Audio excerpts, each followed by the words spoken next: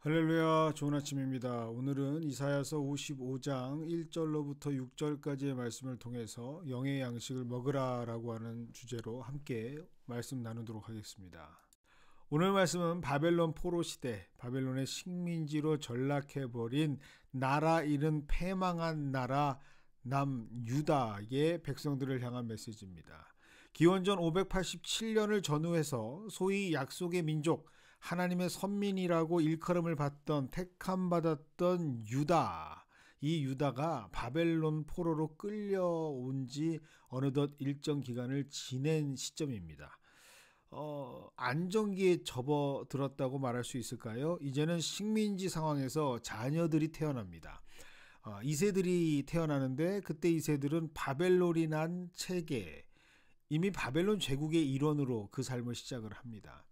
자신들의 뿌리, 신앙의 정체성, 근본, 상징이 되었던 성전은 유린될 대로 유린되고 파괴되는 것을 보면서 태어나는 시대, 그러한 세대들이 시작되어지는 상황이죠.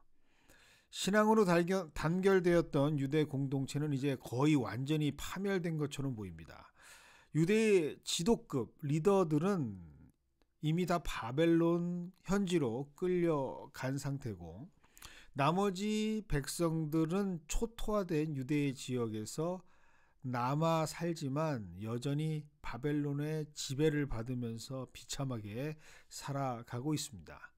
이런 상황에서 여호와 하나님, 글쎄요, 당시 패망한 유다 사람들에게는 참 아픈 손가락 같은, 죄송한 표현입니다마는 신의 이름입니다. 당시 전쟁은 자신들이 신봉하는 신들의 전쟁이었죠. 즉 이스라엘의 패배는 단순한 전쟁의 결과를 넘어서서 여호와 하나님의 패배라고 간주해도 무리가 되지 않습니다. 이미 망해버린 유다, 그러면 누가 망해버린 걸까요? 바로 하나님이 망한 것처럼 느껴집니다. 그리고 새로운 제국 바벨론의 일원으로 태어난 유다의 자손들은, 그래서 하나님은 별로 중요하지 않은 이름, 능력 없는 조상들의 유물쯤으로 느껴집니다. 잊어야 할, 이제는 구시대 같은 느낌, 잊혀져야 할 이름쯤으로 여깁니다. 여호와 무능력한 신 아닌가? 아니 어쩌면 여호와 하나님은 존재하지 않는 신일 수도 있어 라고 생각하는 그러한 정서가 팽배했던 시대입니다. 다시는 자신들의 나라가 일어설 수 없을 것이라고 생각했던, 감히 그런 생각을 어떻게 해, 이제 우리는 바벨론 시대에 살고 있어 라고 팽배한 패배의식이 만연했던 시대에 오늘 이 말씀은 전해집니다. 마치 처음에는 강렬하게 저항하던 투사들, 독립투사들이 10년, 20년, 30년 점점 시간이 지나감에 따라 일본 식민 지배가 계속되면서 세계 최초로 미국의 선전포고를 하고 진주만을 습격하고 감히 상상하지 못했던 만주 벌판을 휘젓고 중국의 대부분을 지금 장악해 가면서 동남아 80%를 지금 점령하고, 영국의 최대 식민지 인도 코앞, 지금의 미얀마까지 다 잠식해 나갔던 대일본 제국, 이런 상황에서 과연 독립이 가능할까? 점점 소망과 희망을 잃어가면서 독립투사였던 자들이 친인을 넘어서서 내선 일체의 앞잡이로 변질했던 시대, 그 시대와 유사할 수 있다고 볼 수 있겠죠. 어떤 이들에게는 지금 바벨론 포로로 잡혀온 이 시간이 너무 새로운 경험을 하는 시간이 됩니다. 기회죠. 바벨론의 정치, 경제, 문화, 종교 경험하면서 선진 문물을 접합니다. 눈이 확 밝아지고 식견이 넓어지는 것 같습니다. 자신들의 문명보다 훨씬 더 앞서 있는 바벨론의 선진 문화, 훨씬 세련되고 훨씬 진취적이었던 다문화 바벨론은 몸으로 경험할 때마다 짜릿짜릿한 생명력을 느낍니다. 하나님 없이도 부강하고 힘있는 나라, 그렇게 만들었던 다양한 방식의 바벨론의 모습에 매료되면서 당시 근동지방의 패권을 쥐고 있던 제국 바벨론의 일원인 게 오히려 더 자랑스럽습니다. 지금으로 본다면 세계 정세에서 미국과 같은 강력한 리더십을 이끌었던 바벨론, 학문, 종교, 문화, 예술 모든 분야에서 최첨단과 막강한 힘으로 제국을 이루고 있는 태평성대의 바벨론의 모습을 보면서 유다 백성들의 영혼은 사로잡힙니다. 점점 유대인들은 여호와를 찾거나 부르지 않습니다. 여호와 그 신앙 없이도 나름 충분히 바벨론에서 비록 유다 출신이지만 잘 먹고 잘 살 수 있기 때문이죠. 자, 이러한 상황에서 오늘 말씀이 선포되고 있습니다. 들릴까요? 6절의 말씀입니다. 너희는 여호와를 만날 때에 찾으라. 가까이 계실 때에 그를 부르라.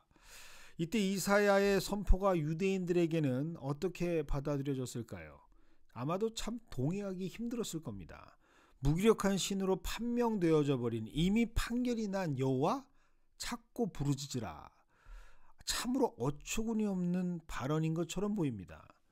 마치 국가대표 축구팀 감독이 월드컵 4년을 준비하는 동안 한 번도 승리를 거두지 못합니다. 그래서 본선은 물론 예선도 통과하지 못하죠. 그래서 아예 대표팀이 해체가 돼버립니다. 선수들은 뿔뿔이 흩어져서 선수 생활을 포기한 사람도 생깁니다. 그런데 새롭게 월드컵을 준비하자고 한 사람이 나오죠. 옛날에 함께 뛰던 선수가 갑자기 나타나서 그것도 옛날 감독을 선임하고 그 감독을 모시고 다시 대표팀을 꾸리자라고 말하는 것 같습니다. 그래야 진짜 축구가 뭔지 우리가 보여줄 수 있어 라고 말하는 것 같은 상황. 자, 여러분들이 이런 상황에 있다면 이게 가능할까요? 이게 과연 설득력 있는 발언일까요? 누구도 그의 말에 귀를 기울이지 않을 것 같지 않습니까? 지금 이사야가 처한 입장이 바로 이와 같은 상황입니다. 지금 유다 백성들의 머릿속에는 철저하게 결과적으로 현실적으로 여호와 하나님은 결국 유다 민족을 지켜주지 못한 분 아닌가. 지금 누리는 이 바벨론의 놀라운 번영과 편안함 하나님 없이도 충분히 가능한데 좋은데 왜 굳이 하나님을 찾아야 하는가. 다소 무리가 있어 보이는 것이 사실입니다. 과연 여러분은 당시 유다의 백성들 아니 대바벨론 제국의 일원이었다면 어떻게 오늘 말씀을 들으시겠습니까? 지금 너무 잘 되고 있는 사회에서도 인정받고 세상에서도 인정받고 모든 사람이 부러워하고 있는 사회적 위치 기반 큰일을 담당하고 있는 자녀에게 이렇게 이사야처럼 말씀하실 수 있겠습니까? 그래도 주일은 지켜야지. 그래도 기도는 해야지. 그래도 꼭 예배는 드려야 한다라고 1년에 300일을 출장하고 있는 세계를 방방곡곡을 누리고 있는 자녀에게 회사 중역에 일을 감당하고 있는 자녀에게 이렇게 말씀하실 수 있을까요? 혹시라도 그것이 가능하다면 그렇다면 그 힘은 뭘까요? 오늘 본문 말씀 2절은 이렇게 말하고 있습니다. 너희가 어찌하여 양식이 아닌 것을 위하여 은을 달아주며 배부르게 하지 못할 것을 위하여 수고하느냐. 이사야는 분명하게 선포하고 있습니다. 비록 이스라엘이 패망한 것처럼 보이지만 그래서 하나님도 역시 아무런 능력이 없는 거짓과 같은 존재일 수도 그렇게 보일 수도 있겠지만 그것은 사실이 아니다. 모든 상황에서 가장 큰 이유 이런 상황이 벌어진 가장 큰 이유는 바로 바벨론이 침공하기 전부터 이미 하나님께서 공급하시는 위의 것, 하나님께서 공급하시는 생명의 말씀, 영의 것에는 관심 없이 그저 하나님을 자신의 유익을 위해서 이용하려고 했던 이미 썩을 대로 썩어버린 병들어버린 너의 영적 상태가 더 심각한 것이다 라는 것을 선포하고 있는 것이죠. 그리고 진정한 하나님의 백성은 하나님께서 공급해 주시는 양식, 신령한 양식, 하나님의 은혜, 하나님의 힘, 하나님의 생수, 신령한 젖으로 양식으로 살아야 하는데 이미 유다, 바벨론 침공 전 유다 너는 이 하나님의 생명의 양식이 끊어진 존재였기에 그렇게 어려움을 겪고 있는 것이다. 그 결과로 너희가 이렇게 바벨론의 식민지가 되어서 이렇게 살고 있는 것인데 그래서 그런 사실을 알려주는 것인데 여전히 너는 이 모든 것을 깨닫지 못하고 있구나. 너는 정말 안타까운 자구나 라고 오늘 이사야는 그런 마음을 가지고 하나님의 마음으로 유다에게 전하고 있는 겁니다. 그것이 바로 유다의 멸망 원인이었기 때문이죠. 세상의 양식, 세상의 가치, 세상의 것은 절대로 영적인 사람들, 영의 사람들, 하나님의 자녀들, 유다의 생명을 채울 수 없고 이어나가지 못합니다. 그들의 양식이 될 수가 없다라는 말이죠.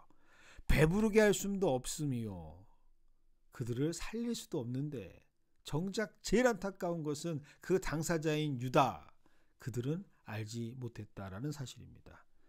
그래서 살려면 다시 살아나 하나님의 자랑스러운 약속을 받는 민족으로 회복되려면 무조건 하나님께서 공급하시는 생명의 양식, 은혜를 붙잡아야 한다고 애타게 선포하는 것이죠. 지금 가까이 계실 때 지금이라도 잡아라. 아직 계시지 않느냐. 세상의 가치와 기준이 함몰되어져 버린, 이미 세상의 거짓가치에 길들여질 대로 길들여져 있는 유다, 더 이상 여호와 하나님의 말씀에 귀를 기울일 수 없고 그럴 필요도 느끼지 못하는 영적 질식 상태에 빠져 있다라고 하는 사실을 하나님께서는 이사야의 눈을 통해서 분명하게 선포하고 계십니다. 당시 유대인들은 이런 이사야의 메시지가 상당히 못마땅하게 느껴졌을 겁니다. 이사야가 너무 극단적인 사람이라고, 정상적인 사람이 아니라고 느꼈을 수도 있습니다. 일리가 있죠. 충분히 이해가 됩니다. 지금 유대인의 신앙적 전통은 다 사라져 가고 있는 상태고요. 나라는 이미 망했습니다. 자기 민족도 지켜주지 못하는 신처럼 이해할 수 있습니다. 그리고 지금 자신들은 새로운 세계, 바벨론 제국의 일원으로 그 체제에 적응하기도 바쁩니다. 앞에서 말씀드렸듯이 잘만 한다면, 나름대로 바벨론에서 열심히만 살아본다면 여기서 출세할 수도 있는 길이 열려 있습니다. 유대의 전통보다 더 세련되고 합리적으로 살아갈 수 있는 정말 멋진 세상이 열린 것이고요. 괜찮습니다. 살만합니다. 여기에서 다시 질문해 보겠습니다. 누가 옳습니까? 바벨론 문명이 아닌 말씀을 붙잡으라. 너희가 살아야 할 수 있는, 니네가 살 수 있는 유일한 길은 하나님을 붙잡아야 한다라고 선포하고 있는 이사야입니까? 아니면 그래 어떻게든 살아보겠다고 최선을 다하고 있는 너희들, 그래 한번 열심히 해봐 라고 생각하고 있는 유대인들입니까?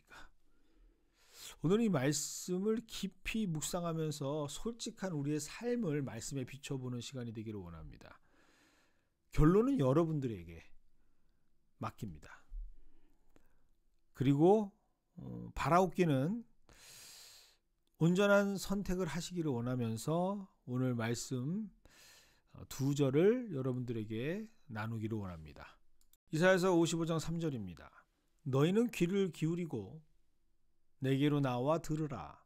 그리하면 너희의 영혼이 살리라. 골로새서 3장 1절과 2절은 이렇게 기록되어져 있습니다. 그러므로 너희가 그리스도와 함께 다시 살리심을 받았으면 위의 것을 찾으라. 거기에는 그리스도께서 하나님 우편에 앉아 계시느니라. 위의 것을 생각하고 땅의 것을 생각하지 말라. 아멘. 오늘은 함께 우리 리더십들을 위해서 기도하겠습니다. 하나님 아버지 감사를 드립니다. 오늘 말씀을 통해서 우리의 내면 깊숙한 곳에 우리의 디자이어, 갈망과 우리의 생각과 우리의 중심을 주님 앞에 비춰봅니다. 우리는 과연 어떠한 사람으로 살아갑니까? 특별히 하나님, 오늘 우리 리더십들을 위해서 기도하기를 원합니다. 말씀을 전하고 있는 목회자들, 주의 복음을 전하는, 삶으로 전하는 우리 목회자들과 리더십들, 특별히 우리 장로님들, 주의 말씀을 붙잡고 주의 뜻이 어디에 있는지를 고민하시면서 기도하시면서 거룩한 주의 교회를 이끌어 가시는 귀한 당회원들과 여러 리더십들을 위해서 기도하기를 원합니다. 특별히 주의 말씀을 전하고 가르치고 알려주고 증거하는 우리 선생님들, 또 그 삶 속에서 교회에서 그 일들을 실천하는 우리 사역팀장님들, 우리는 과연 어떠한 기준으로 세상을 살아가고 있습니까? 우리는 무엇을 찾고 있습니까? 우리는 어디에 연결되어 있습니까? 우리는 무엇을 붙잡고 있습니까? 나를 살리고 나를 새롭게 하고 나에게 도전이 되며 내 가슴을 흥분시키며 나의 심장을 뛰게 만드는 그 힘은 어디에 있습니까? 위의 것에 있습니까? 아니면 땅의 것에 있습니까?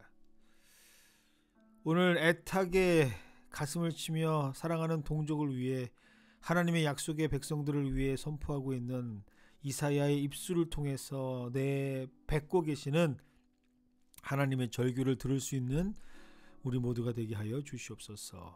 예수님의 이름으로 기도드리옵나이다. 아멘. 오늘 하루도 말씀 앞에 솔직히 서시는 우리 모두가 되기를 주님의 이름으로 축원드립니다.